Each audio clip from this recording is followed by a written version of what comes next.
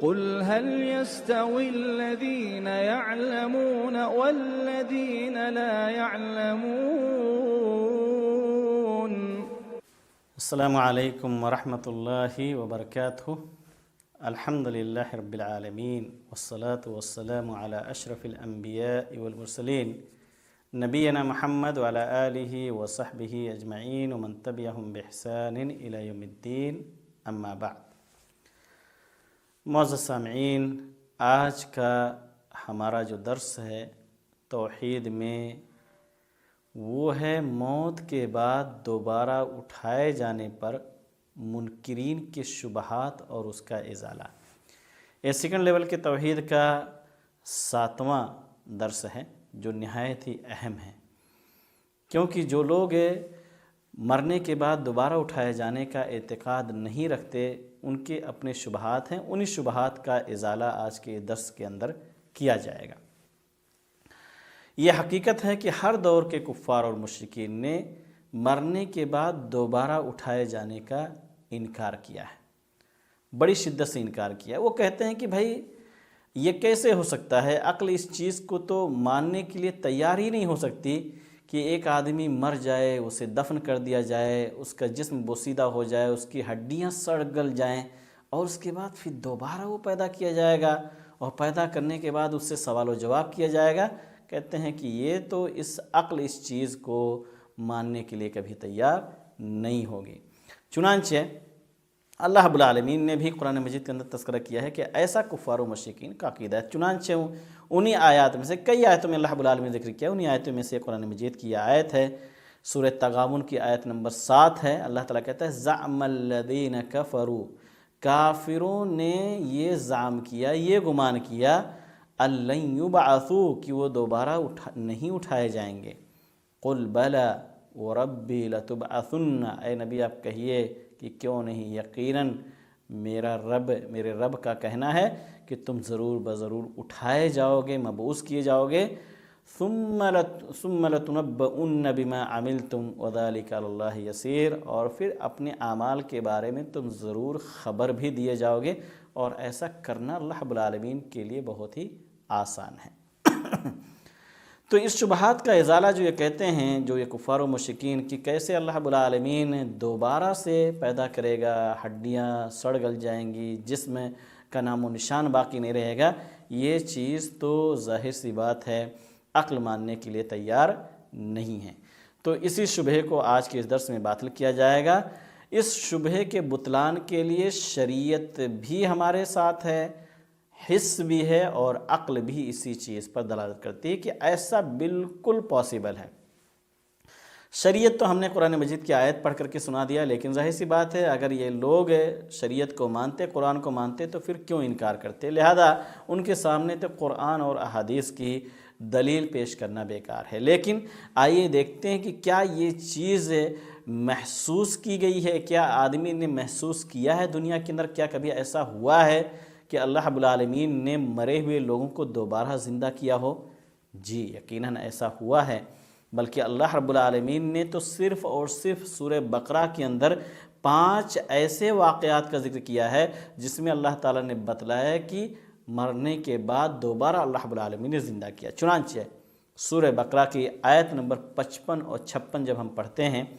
تو اس میں ذکر ملتا ہے کہ جب بنو اسرائیل نے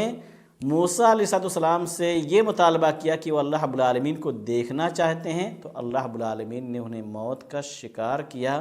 اور پھر انہیں دوبارہ زندہ کیا۔ چونکہ دنیا کے اندر اللہ رب العالمین کو دیکھنا پاسبل ہی نہیں ہے،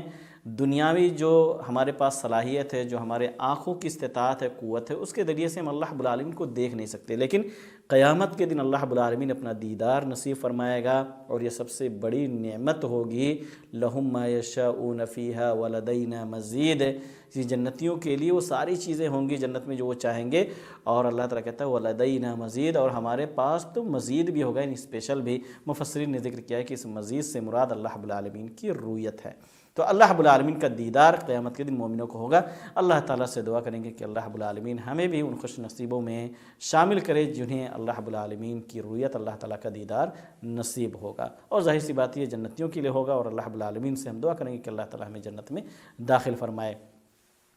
تو یہ پہلا واقعہ سورہ بقرہ کے آیت نمبر 55 اور 56 میں جس کا ذکر اللہ رب العالمین نے کیا ہے۔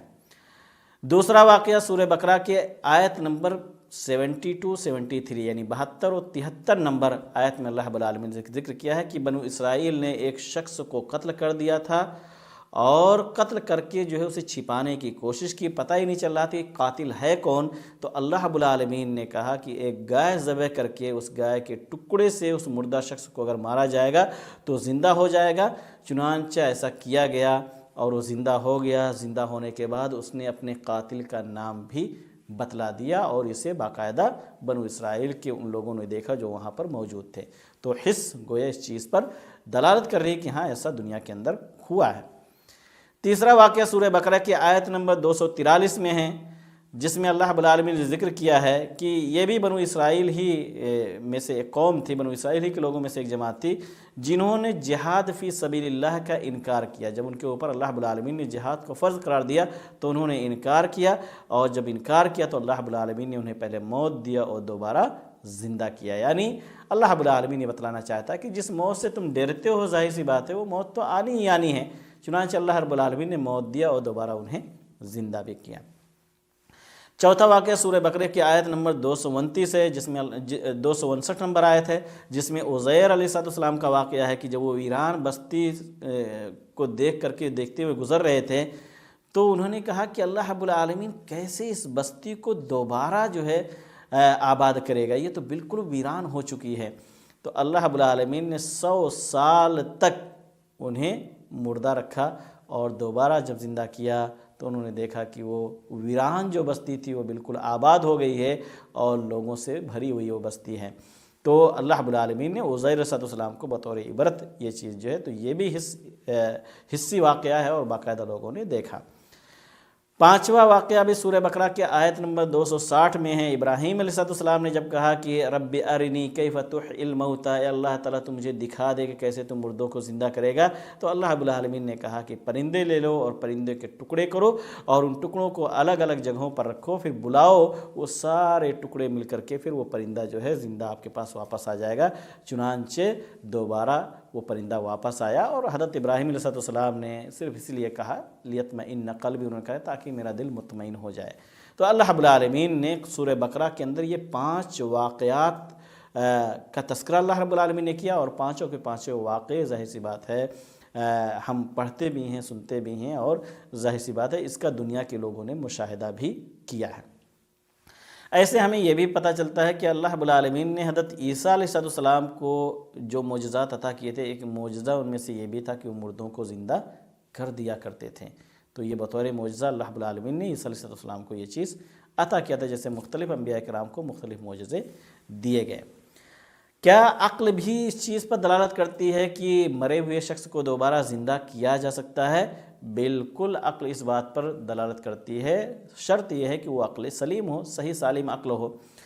مثال کے طور پر کیسے ہماری عقل اس چیز کو تسلیم کر سکتی ہے؟ اس طریقے سے کہ پہلی بار کسی چیز کو پیدا کرنا، اسے بنانا مشکل ہوتا ہے، لیکن جب پہلی بار اگر کوئی شخص اس چیز کو بنا لیتا ہے تو دوبارہ اس کے لیے بنانا بہت ہی آسان ہو جاتا ہے۔ اور اللہ رب العالمین نے اس کا تذکرہ قرآن مجید کے اندر کیا ہے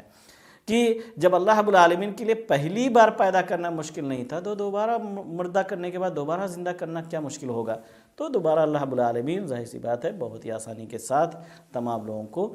زندہ کرے گا اور میدان محشر میں لوگوں کو اکٹھا کرے گا۔